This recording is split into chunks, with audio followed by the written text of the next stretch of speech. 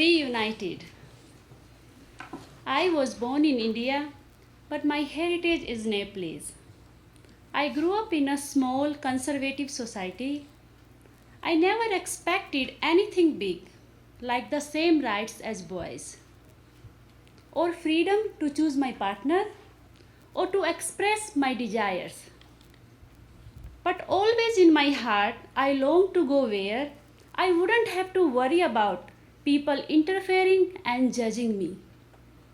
From the smallest mundane things to life changing decisions.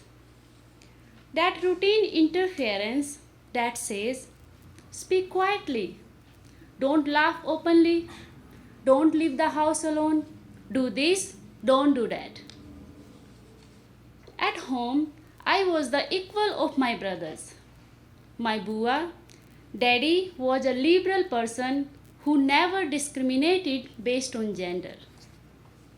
He arranged my marriage after I agreed to the match. And I moved from my small community to a big city of Surat. I was excited but nervous about my new family's expectations and about the learning Gujarati language. But soon I had a sweet baby boy, Mihir, to lift my spirits. Then my husband got a job in Canada and I stayed with my in-laws. My husband called pretty much every day and always talked about friendly people and opportunities in Canada. Finally, after 3 years of separation, my visa came through. I was thrilled, but at the same time, I was hit with so much nervousness that I lost faith in myself and shockingly said no. I had never traveled alone before, and I would have my small son with me. And I did not speak a word of English. Thank goodness my husband did not take no for an answer. He arranged for me to meet Radha Didi, a woman who was making the same trip. And he convinced me all I had to do was simply follow her. So I started packing. I picked a western dress to travel in. Which shoes should I wear? That was the big decision. Everybody started to give their advice as they always do. I chose the pair my daddy gave me for my Master of Arts graduation. The first wedge-heeled sandals I ever owned, with a shiny bronze strap and black soles, comfortable and easy to slide onto my feet. I knew those shoes would provide the comfort and courage that my daddy gave me. It took 2 days by train to get to Delhi. There I meet Radha, the woman I was to follow.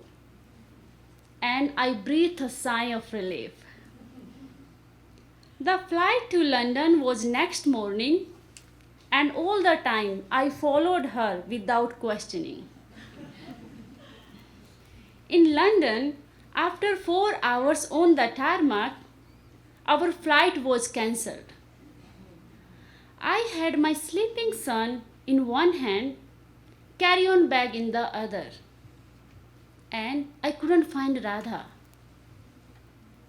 Oh, there she was. At immigration, I was frightened, thinking they might send me back. At last, I got through, and we reached the hotel in London after midnight. I was exhausted and hungry, and so was Mihir. But there was nothing to eat in the room. I slid my feet into my sandals, but When I stepped into the corridor, I was bewildered by maze of hallways. Once again, my fear got the best of me and I went back to the room, not daring to fall asleep.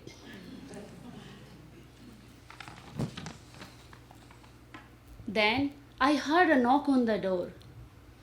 It was a woman I'd seen Radha talking to in the airport. She said, I cannot sleep alone. Can I come in with you? Since she was Radha's friend, of course I let her in. That night seemed endless.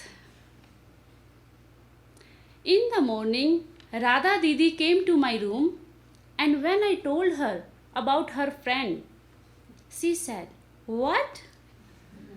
I don't know her. I just gave her directions. Good thing she didn't take your passport. That woman was not her friend at all. We finally got to Calgary that day. When I finally saw the smiling face of my husband, I forgot the misadventures of my trip and I was filled with joy. It was pitch black on the highway to Banff. I debated whether I liked this place. That got dark much too soon. Where were almost no people, unlike the streets of India. Getting off the bus, I sank to my knees in snow. I thought I had fallen into a hole. I shook out my sandals and took careful steps into my new home. It has taken me a few years to understand and adapt to this new world, but here I am now, a fearless Canadian girl.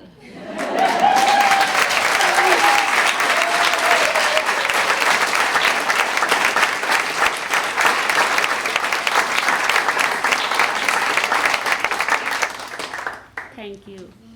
Now I would like to introduce my friend Sachiho Miller.